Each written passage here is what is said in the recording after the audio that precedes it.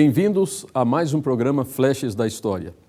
Este programa tem apresentado a história da Igreja Presbiteriana em São Paulo e da Escola Americana, ou Mackenzie College. No dia 31 de janeiro de 1887, veio a público mais uma iniciativa do reverendo Eduardo Carlos Pereira, o futuro pastor da Igreja Presbiteriana de São Paulo. Foi lançado na cidade de Campanha, no sul de Minas Gerais, o primeiro número da Revista das Missões Nacionais. Mais tarde, esse jornal viria para São Paulo, tendo mudado de formato, direção e sede muitas vezes. A Revista das Missões Nacionais foi o órgão das finanças do presbiterianismo brasileiro e circulou durante mais de 30 anos. Incentivava o sustento financeiro do trabalho pastoral e evangelístico e divulgava as contribuições de pessoas e igrejas. Também fornecia valiosas informações sobre as atividades dos missionários e pastores. Em sua primeira fase, até dezembro de 1892, o preço da assinatura anual era de R$1.000. Quando surgiu o jornal O Estandarte, em 1893, a revista passou a ocupar 2 páginas do último número de cada mês. Depois de alguns anos, voltou a sair separadamente, sob a redação do reverendo Zacarias de Miranda, passando a ser distribuída gratuitamente. Nesse ano de 1887, foram recebidos muitos novos membros na Igreja de São Paulo, alguns dos quais merecem destaque. Por transferência da Igreja de Campinas, foram arroladas Susana Porter e sua filha Ella Porter. Dona Susana era sogra do reverendo John Rockwell Smith, o missionário pioneiro em Pernambuco, e mãe do reverendo William Calvin Porter, que trabalhou por muitos anos na Paraíba e no Rio Grande do Norte. Ela veio para o Brasil com o esposo e os filhos após o fim da Guerra Civil nos Estados Unidos. A jovem Ella Porter foi professora da Escola Americana e se casou com o missionário metodista reverendo Edmund Tilley, que veio para o Brasil em 1888. Nesse ano, foi recebida por profissão de fé outra representante de uma destacada família de São Paulo, Felicíssima de Souza Barros. No ano anterior, sua irmã Elisa também havia se tornado membro da igreja. Dona Felicíssima distinguiu-se pelos serviços prestados à igreja, na sociedade de senhoras, na escola dominical, no coral e também na escola americana. Teve uma vida longa, chegando a comemorar o jubileu de ouro de sua profissão de fé. Nessa época, estava residindo em São Paulo a missionária Ariana Henderson, mais conhecida como Neni.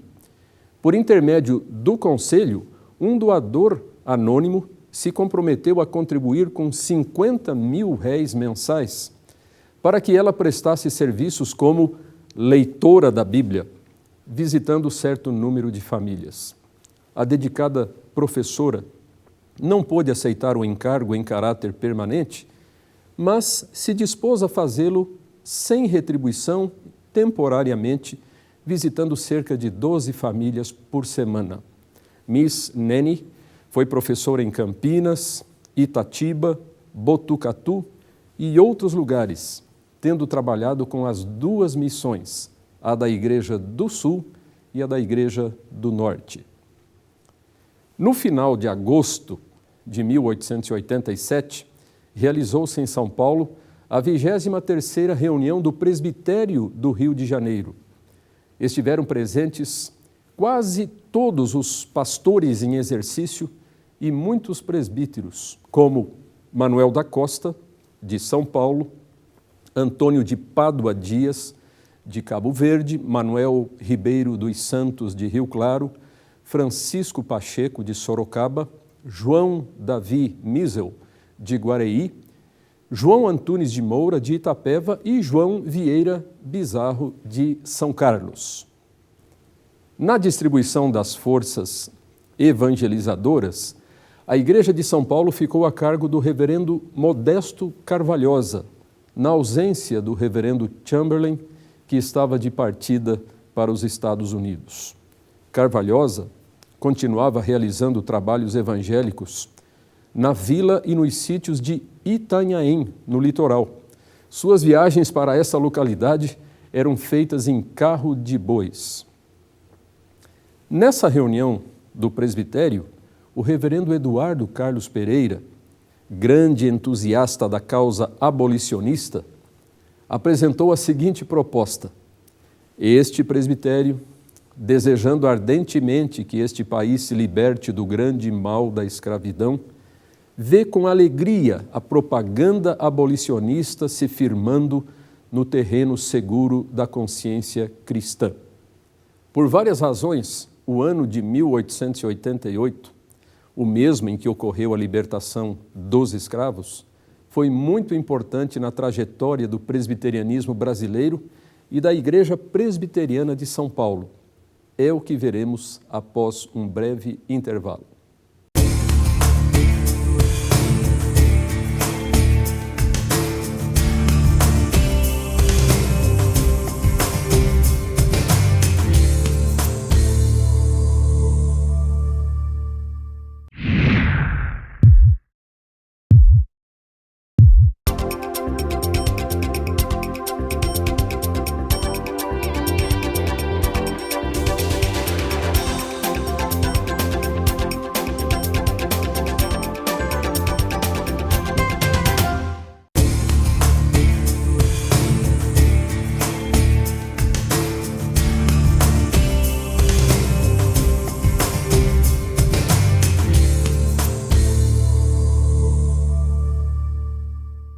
Estamos de volta ao programa Flashes da História. Como foi dito no final do bloco anterior, 1888 foi um ano de grande significado para a Igreja Presbiteriana do Brasil, em virtude da organização do seu primeiro sínodo, e para a Igreja de São Paulo, que passou a ter o seu primeiro pastor eleito. Esse ano também foi significativo pelos novos membros que foram arrolados.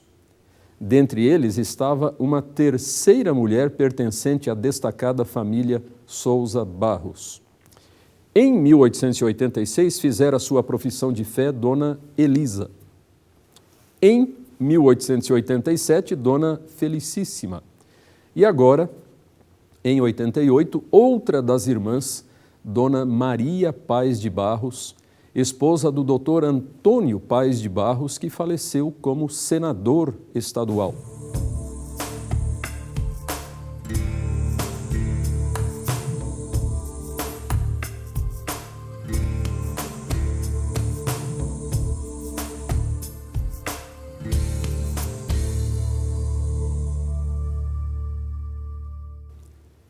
Dona Maria foi uma mulher notável e viveu até a idade avançada. Era a primogênita de uma família patriarcal de 10 filhos, sendo seus pais o comendador Luiz Antônio de Souza Barros e Dona Felicíssima Campos Barros.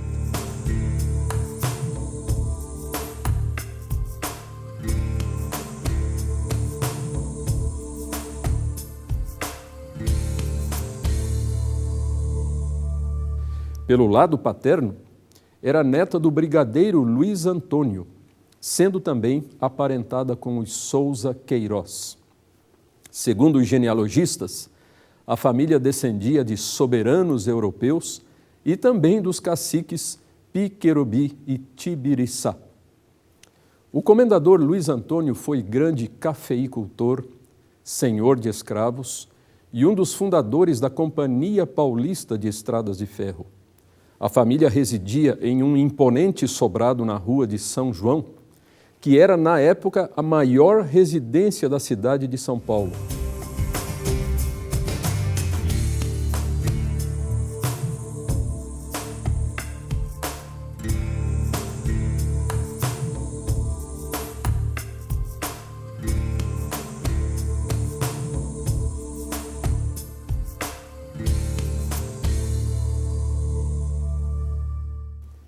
eram proprietários de muitas terras no interior da província, entre as quais a rica fazenda Corumbataí, em Piracicaba, onde passavam os meses de inverno.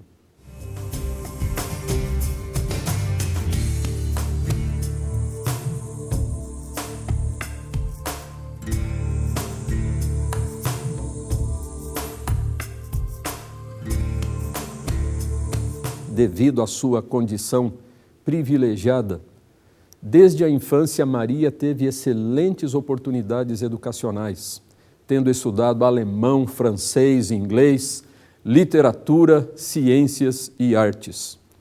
Em 1868, aos 17 anos, casou-se com o primo Antônio Paes de Barros, filho de Rafael Paes de Barros, o primeiro barão de Piracicaba.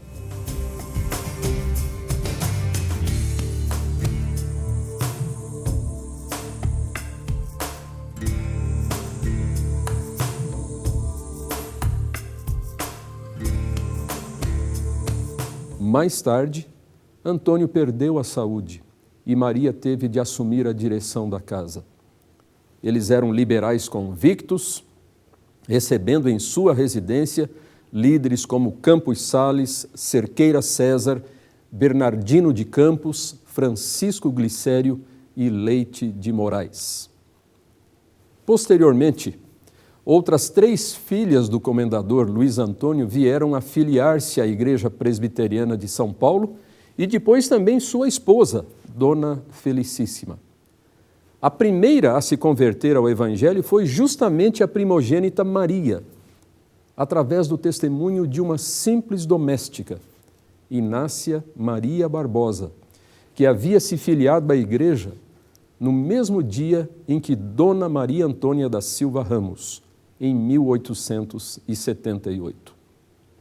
Todavia, Maria Paes de Barros foi a terceira a fazer profissão de fé, batizando na ocasião os seus filhos. Seu pai, o comendador Luiz Antônio, não manifestou expressamente a sua adesão à Igreja, mas, segundo consta, morreu na fé evangélica.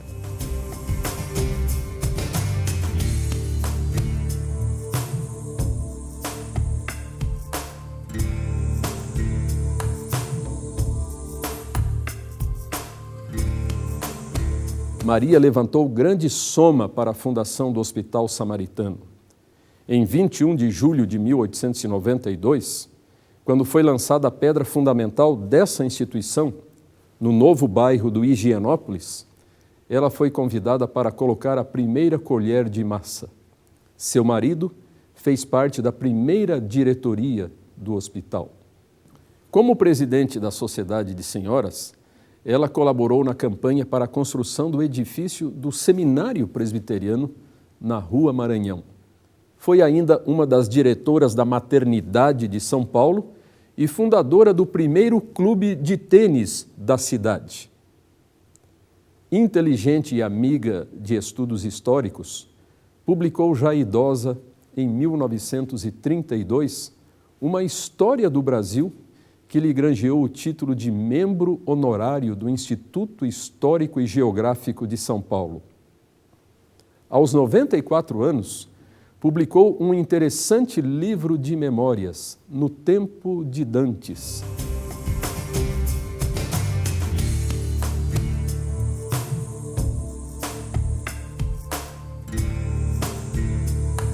Cujo prefácio foi escrito por Monteiro Lobato. Correspondeu-se com intelectuais da França, Inglaterra e outros países.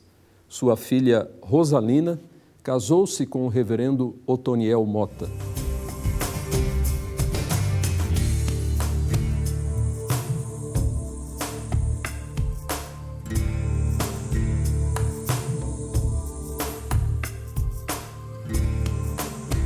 Dona Maria Paes de Barros faleceu aos 101 anos, no dia 11 de setembro de 1952.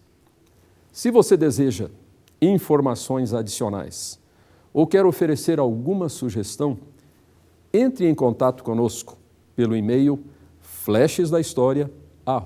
mackenzie.br.